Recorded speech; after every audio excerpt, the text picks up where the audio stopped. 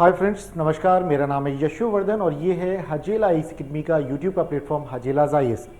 तो दोस्तों, आज हम जिस मुद्दे पे बात कर रहे हैं काफ़ी चर्चा में हैं। ये हमारे पूर्व जनरल साहब हैं जिन्होंने सेना का नेतृत्व किया। जनरल नरवाने नाम है इनका, एमएम नरवाने।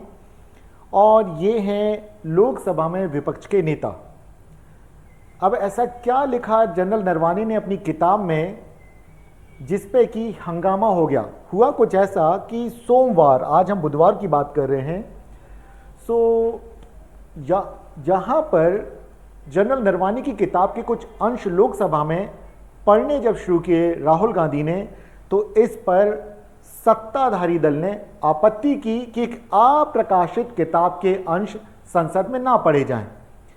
राहुल गांधी ने कुछ मुद्दा ऐसा बनाया कि आप सत्य को उजागर नहीं होने देना चाहते हैं, क्योंकि जनरल नरवाने की जो किताब है, कानूनी तौर पर इस तरह की शर्तें होती सेना के अधिकारियों के लिए कि वे किसी भी तरह के संस्मरण, कोई भी अपनी किताब लिखते हैं अपनी यादों पर बेस्ड, तो उसकी सेना पहले जांच करेगी, देन उसके बाद ही वो प्रकाशित हो सकती। तो इनकी जो किताब है उस पर अभी चल रही है जांच। ऐसी क्या वो बातें हैं जिसे कि सरकार बाहर नहीं लाना देना चाहती है, जिसको कि राहुल गांधी कहने की कोशिश कर रहे थे। गलवान वैली में जो पूर्वी लद्दाख है कि गलवान वैली में जो झड़प हुई थी, भारतीय सेना के लगभग उसमें 16 से ज़्यादा सिपाही उसमें मारे गए थे, सैनिक हमारे, उसको लेकर के कुछ बातें हैं। इसके अलावा कुछ और भी ऐसी चीज़ें, जैसे जो सैनिकों की भर्ती के लिए जो अग्निवीर जो योजना है, उसको कि जनरल नरवाने ने कहा कि जिस रूप में उसे लागू करना था उस रूप में ना लागू करके योजना कुछ ऐसी थी कि 75% सैनिकों को स्थायी किया जाएगा और 25% को बाहर किया जाएगा। लेकिन अब जो 75% को बाहर कर दिया जाता है और 25% को स्थायी, तो कुछ कुल मिलाकर के जस्ट वो कहना है कि अलग तरीके से उन योजनाओं को, इससे सरकार की कहीं ना कहीं इसमें आलोचना दिखती है। इसीलिए उस किताब पर अभी तक जांच चल रही है और शायद मालूम नहीं वो कब तक इस तरह से आ पाएगी कि नहीं आ पाएगी। लेकिन यहां पर उन बातों को जानना हो कि नरवाने वो कौन हैं, इनके विषय में जानना हो, इनकी क्या उपलब्धियां रही हैं और उस किताब के ऐसे कौन से अंश हैं, उसमें आखिर ऐसी क्या बातें हैं, उन पर थोड़ा सा चर्चा विस्तार से जब करेंगे तब आप इस हंगामे और हंगामे के पीछे की वास्तविक वजह को जानेंगे और क्या किस तरह के नियम होते हैं सेना के अधिकारियों के लिए और कितना मुद्दा संवेदनशील है, क्या वाकई में सरकार रोक रही है या कुछ और वजह है। इन सारी बातों को जानने के लिए आपको ये वीडियो अंत तक देखना होगा ताकि आप सारी बातों को विस्तार से समझ सकें। आधा अधूरा देखेंगे तो तय मानिए कि आप पूरी बातों को नहीं समझ पाएंगे। राइट फ्रेंड्स, तो स्टार्ट करते हैं, शुरुआत से शुरू करते हैं।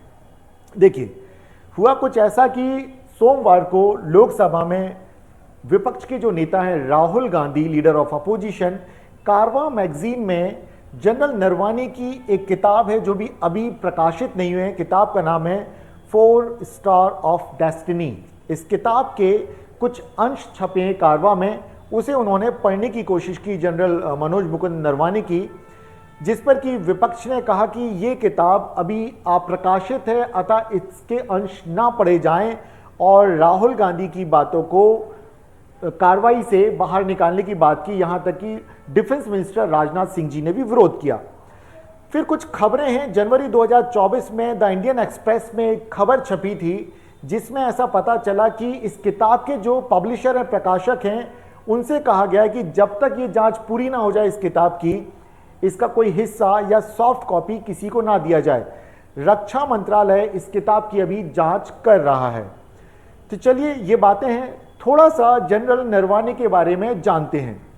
तो जनरल नरवाने, जो मनोज मुकुंद एमएम नरवाने, 2019 से अप्रैल 2022 तक भारतीय सेना के 28वें सेना प्रमुख रहे, जिन्हें कहा गया चीफ ऑफ आर्मी स्टाफ। उन्होंने भारतीय सेना का नेतृत्व उस समय किया जब दुनिया कोरोना से जूझ रही थी। उस समय नेतृत्व किया जब गलवान वैली में चाइना के साथ भारत का तनाव बना हुआ था। उस समय उन्होंने नेतृत्व किया। अगर देखा जाए कि प्रारंभिक जीवन इनका कैसा रहा, तो जनरल नरवाने के पिता भी वायुसेना में अधिकारी थे। प्रारंभिक शिक्षा इनकी पुणे में हुई, देन उसके बाद नेशनल डिफेंस एकेडमी खड़गवासला और इंडियन मिलिट्री एकेडमी के रास्ते ये सेना में पहुंचते हैं। और यहाँ तक कि इंदौर से भी इनका नाता है, जहाँ से इन्होंने देवी अहिल्याबाई विश्वविद्यालय से कंजर्वेशन एंड मैनेजमेंट स्टडीज में एमफिल किया। हायर स्टडीज जनरल नरवाने ने इंदौर के देवी अहिल्याबाई होलकर विश्वविद्यालय से किया। अब यहां पर एक देखिए, इकोनॉमिक टाइम्स की एक रिपोर्ट है कि जहां पे इन्होंने जो बातें कही वे क्या हैं। आधिकारिक सेना के रिकॉर्ड और उनके पुराने बयानों के अनुसार जून 2020 में पेट्रोलिंग पॉइंट 14 पर चीन के साथ तनाव चरम पर था और चीनी सेना ने तब बफर जोन में अपने टैंक जो गाड़े थे उन्हें हटाने से मना कर दिया जब उन्हें कहा गया। और ऐसे में उस वक्त कर्नल संतोष बाबू के नेतृत्व में भारतीय सैनिकों ने जब उन्हें रोकने की कोशिश की तो वहां पर काफी ज्यादा दोनों सेनाओं के बीच में संघर्ष हुआ। जनरल नरवाने ने इस चीज को बड़ी गंभीरता से लिया और चीन को वहां से हटाने के लिए उन्होंने कहा हमें डिफेंसिव नहीं, हमें ऑफेंसिव स्ट्रेटजी पे काम करना पड़ेगा। तो जनरल नरवाने ने क्या किया, कैलाश रेंज पर, क्योंकि चीन के टैंक आए तो उन्होंने कैलाश रेंज पर भारत के टैंक तैनात कर दिए और जैसे ही कदम उठाया तो चीन के सैनिक वापस चले गए कि अब तनाव और ज्यादा बढ़ेगा और युद्ध के स्तर तक पहुंच जाएगा। ऐसे में चीन को वहां से पीछे हटना पड़ा। लेकिन जनरल नरवाने ने उस घटना जिसमें हमारे 20 से अधिक सैनिक शहीद हुए थे, वे कहते हैं कि 16 जून 2020 को उनके करियर, उनके पूरी नौकरी के दौरान का सबसे दुखद दिन था क्योंकि उस दिन 20 भारतीय सैनिक शहीद हुए थे। ये भारत की एक बहुत बड़ी विफलता थी और शुरुआत में इस बात को खुल करके उतना बताया नहीं गया था, बाद में चीजें आई। राइट, तो अब और देखते हैं। इस किताब के कई सारे हिस्से 2023 में बाहर आ चुके थे कई जगह से और इंडियन एक्सप्रेस ने भी इस पर उस वक्त भी लिखा था कि इसमें पूर्वी लद्दाख के सैन्य विवाद पर और गलवान और अग्निपथ योजना का भी इसमें जिक्र किया गया था कि अग्निपथ योजना के लिए जो योजना दी गई थी उसमें मुद्दा ये था कि टोटल 75% सैनिकों को स्थायी किया जाएगा और 25% को बाहर किया जाएगा। लेकिन अब यहां हो गया उल्टा, जब सरकार ने इसको लागू किया कि यहां पर 75% को बाहर कर दिया जाता है और सिर्फ 25% सैनिकों को स्थायी किया जाता है, जबकि सिफारिश कुछ और की गई थी। इस बात की भी यहां पर इनकी किताब में आलोचना की है और सरकार में भी शायद इस बात को बाहर लाने से डरती हो कि सेना का एक जनरल ही उनकी इस योजना की आलोचना कर रहा है।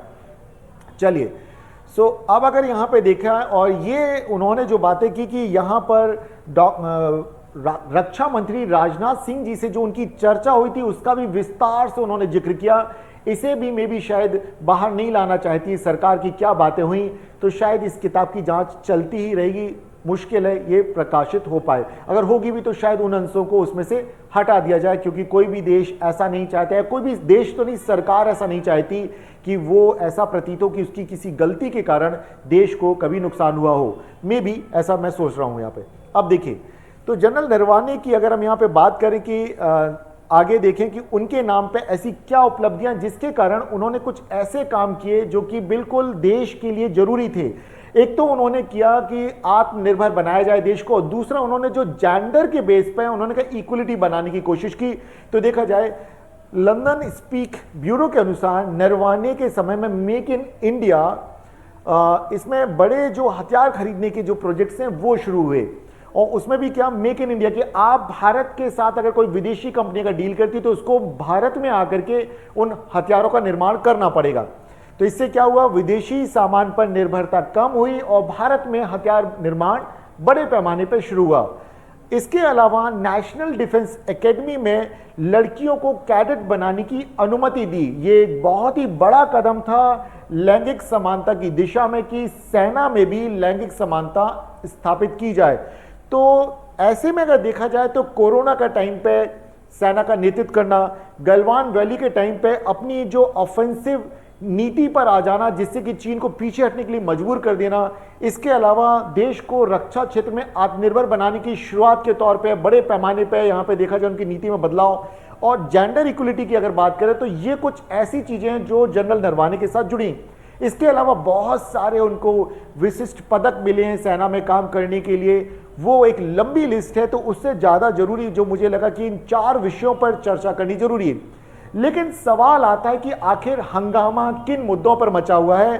तो ध्यान रखिएगा, हंगामे की जो बड़ी वजह है वो ये है कि उस समय सरकार किस तरीके से डिफेंसिव रणनीति पर थी और जनरल नरवाने ने एक अलग तरह की एक आक्रामक नीति पर आगे बढ़े। एक तो ये, दूसरा ज्यादा बड़ा जो डिस्प्यूट हुआ, क्योंकि जब अग्निवीर योजना इंट्रोड्यूस की गई थी तो इसकी बहुत ज्यादा इसको क्रिटिसाइज किया गया था और लोगों का जो रुझान है सेना की तरफ फिर कम होने लग गया और बहुत सारे उस वक्त बयान आए सेना की तरफ से भी या पूर्व सैनिकों की तरफ से कि इस योजना की काफ़ी क्रिटिसाइज किया गया। और ये बात भी जनरल नरवानी की जो किताब है उसमें विस्तार से इस मुद्दे पर लिखा गया है कि रक्षा मंत्री जी से भी बातचीत हुई थी, उन्हें भी समझाया गया था। ये वो मुद्दे हैं जिसके कारण ऐसा प्रतीत होता है कि मे बी सरकार बैकफुट पर है, उन बातों को वो सदन में चर्चा नहीं करवाना चाहती है। और इस किताब की भी अभी तक जांच चल रही है, जो कि एक लंबा अरसा बीत गया है और कब तक जांच चलेगी, ये सारे वो चीजें हैं जिससे कि ऐसा प्रतीत होता है कि मे बी शायद सरकार उन बातों को बाहर नहीं लाना चाह रही होगी, जो भी हो राष्ट्रीय सुरक्षा के नजरिए से। तो दोस्तों, आज का विश्लेषण आपको कैसा लगा आप बताइएगा कमेंट बॉक्स में जरूर। किन मुद्दों से जनरल नरवानी ने सेना में बदलाव किए, इन बातों को आज आपको समझाने की मैंने कोशिश की है और उस वक्त क्या घटना घटी थी उसकी झलक यहाँ मैंने आपको देने की कोशिश की। लेकिन क्योंकि नेशनल इंटरेस्ट में जब डिफेंस की बात है तो कई सारी बातें खुल करके इस तरह के जो पब्लिक प्लेटफॉर्म से वहाँ पर चर्चा नहीं की जानी चाहिए, तो उस लिमिट का मैं यहाँ पे ध्यान रख रहा हूँ। जो बातें की जा सकती थी, जो ऑलरेडी मीडिया में हैं, उन्हीं बातों को मैंने आपको सरल तरीके से समझाने की कोशिश की। दोस्तों, मेरा नाम है यशोवर्धन और ये है हजेला IAS अकेडमी का यूट्यूब का प्लेटफॉर्म हजेलाज IAS। फिर मिलिए अगले दिन एक नए विषय के साथ, तब तक अपनी लर्निंग की जर्नी को जारी रखिए। और यदि आपने अब तक हमारे इस चैनल को सब्सक्राइब नहीं किया तो चैनल को कर लीजिए सब्सक्राइब, बेल बटन जरूर दबा दीजिए ताकि हमारे नए वीडियोस का नोटिफिकेशन आप तक पहुंचता रहे। लाइक कीजिए, शेयर कीजिए, हमारे साथ बने रहिए। नमस्कार दोस्तों।